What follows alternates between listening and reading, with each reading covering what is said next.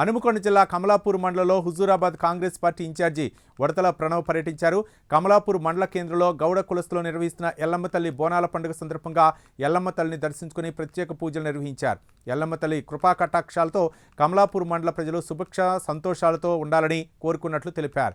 ఈ కార్యక్రమంలో గౌడ సంఘం అధ్యక్షుడు మేడిపల్లి రాంబాబు, ఉపాధ్యక్షులు పెరుమాండ్ల గోపాల్, ప్రధాన కార్యదర్శి కూనూరి రవి, మాజీ ఎంపీటీసీ బాలసాని రమేష్ గౌడ్ తదితరులు పాల్గొన్నారు.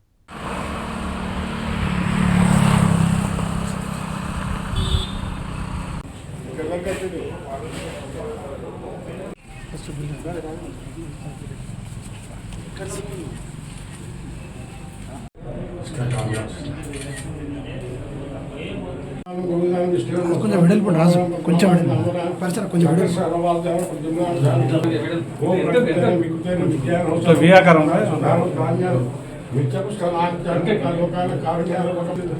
మహాలక్ష్మి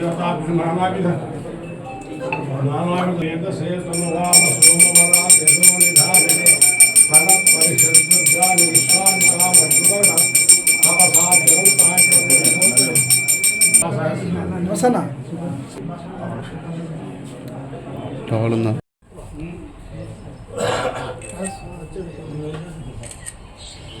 కమలాపూర్ మండలంలో ముఖ్యంగా రేణుక ఎల్లమ్మ ఏదైతే ఈ దేవాలయం చాలా ప్రాముఖ్యమైన దేవాలయం ఇది. అక్కడ అమ్మవారి కూడా విగ్రహం చూస్తే నాకు తెలిసి ఈ చుట్టుపక్కల ప్రాంతాల్లో అంత కళ ఉన్న విగ్రహం ఏది లేదు.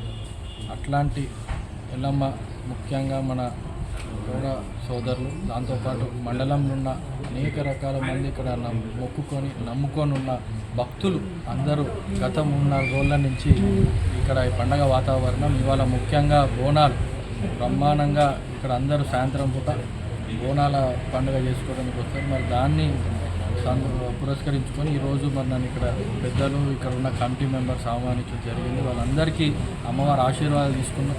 మరి ఇక్కడ ఆహ్వానించినందుకు ముఖ్యంగా టెంపుల్ పెద్దలకు, కమిటీ చైర్మన్లకు, డైరెక్టర్లకు, మా నాయకులకు పేరున ప్రతి ఒక్కరికి వాళ్ళకి నేను కృతజ్ఞతలు, ధన్యవాదాలు తెలియజేస్తున్నాను. ఎందుకంటే ఇట్లాంటి పండుగలు చేసుకుంటే ఇది ఎన్నో తరాల నుంచి వస్తుంది. దాదాపు ఈ టెంపుల్ కట్టి ఇప్పుడు నాకు చెప్తాను 15 సంవత్సరాలు అవుతుంది. అంత 15 సంవత్సరాలుగా విశిష్టత ఉంటుంది.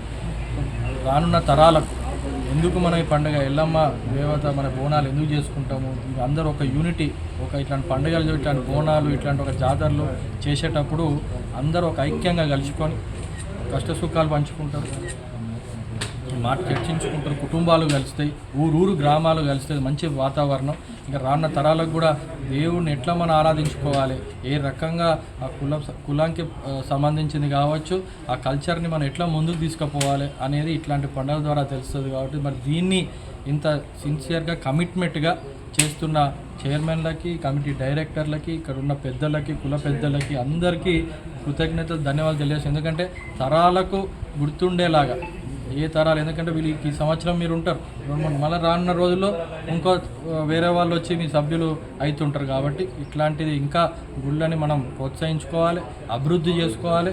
ఖచ్చితంగా ఇట్లాంటి దేవాలయానికి కాంగ్రెస్ ప్రభుత్వం నుంచి కావచ్చు, మా నుంచి ఎటువంటి సహకారం ఉన్నా ముందుంటామని చెప్పి నేను తెలియజేస్తాను.